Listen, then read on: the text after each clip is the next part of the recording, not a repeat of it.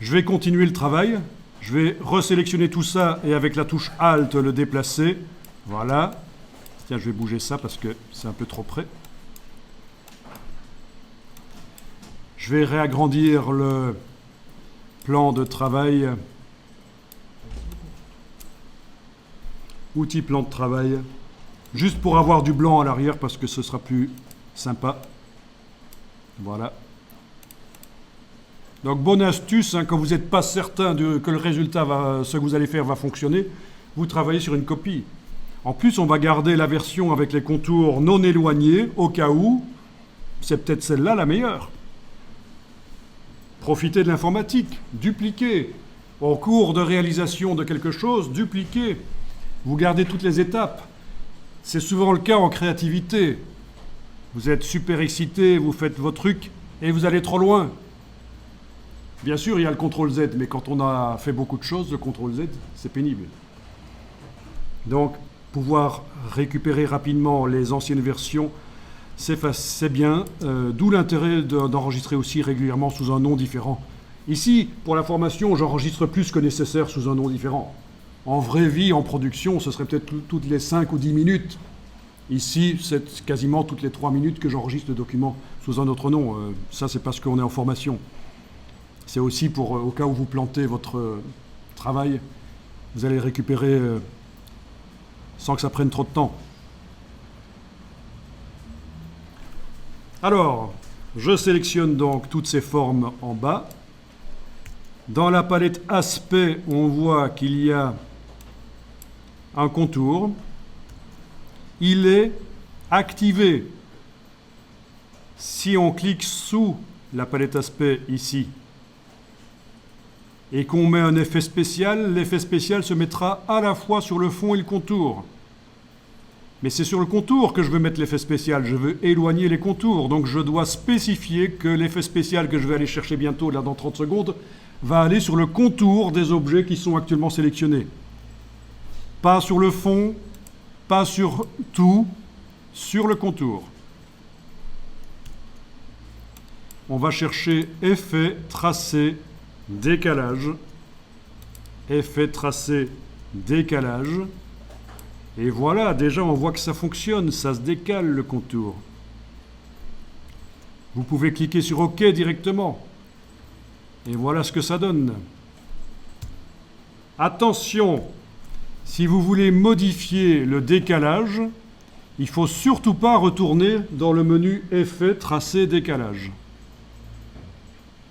Dans Illustrator, quand on a mis un effet spécial sur des objets, si on veut modifier l'effet spécial, c'est par la palette Aspect que ça va se passer. Je vous remontre, je sélectionne toutes les feuilles. Et si je veux modifier le décalage, je dois ouvrir ici le contour dans la palette Aspect et j'ai le décalage avec un hyperlien. Je clique sur l'hyperlien décalage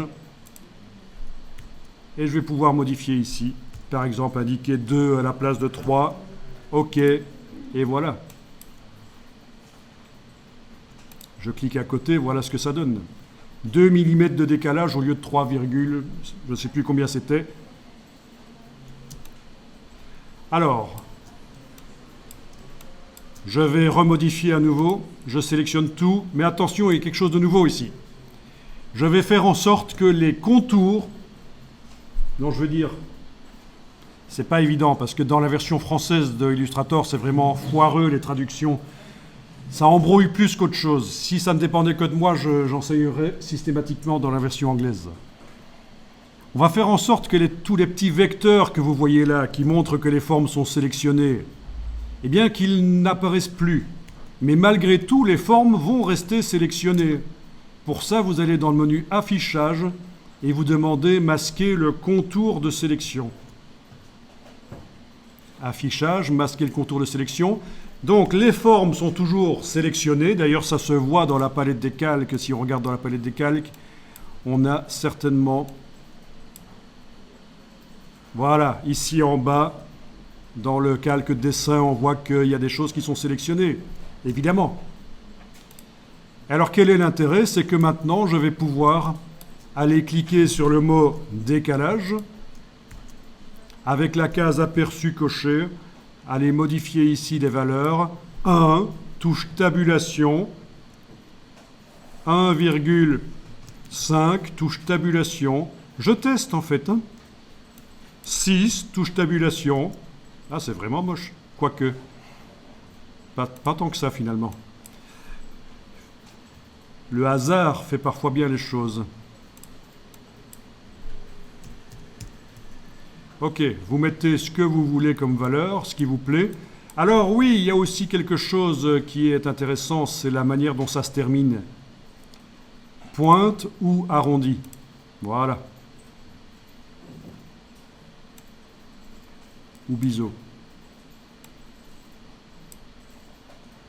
Biseau et pointe, dans ce cas-ci, ça fait la même chose. Bon, c'est vous qui voyez ce que vous voulez comme effet. Ok.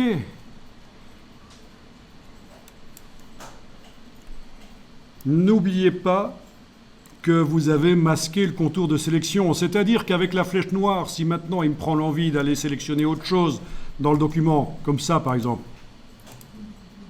ou ça, vous allez vous dire, mais tiens, ça marche pas. Et pourtant, quand je clique et je bouge, ça bouge. Donc, vous allez crier au scandale. Illustrator bug. Vous savez que les bugs se situent généralement entre la chaise et l'écran, exactement. Je vois que tu es bien informé. Ah oui, tiens, il y a un autre prof qui disait ça aussi. Mince, des blagues de prof, franchement, elles sont nulles. Et en plus, elles sont pareilles partout. Ben oui, il faut se souvenir qu'on a masqué le contour de sélection. Donc affichage, afficher le contour de sélection. Et voilà, et vous voyez les objets quand vous les sélectionnez, bien sûr.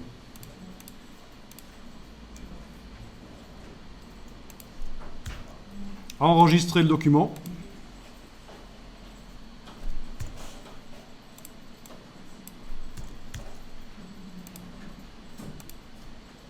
Voilà.